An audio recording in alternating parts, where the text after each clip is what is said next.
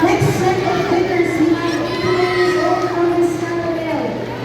First bronze, we have Sandoledo Darius from Karate Elite Academy. Second bronze, we have David Hans Tyler from WFK Sushika. Silver, we have Solis Noah from BBK ISKF Hondu. And gold, we have Rosa Fire from AKKR. Pero may naglalaro pang boys eh. Sige pa.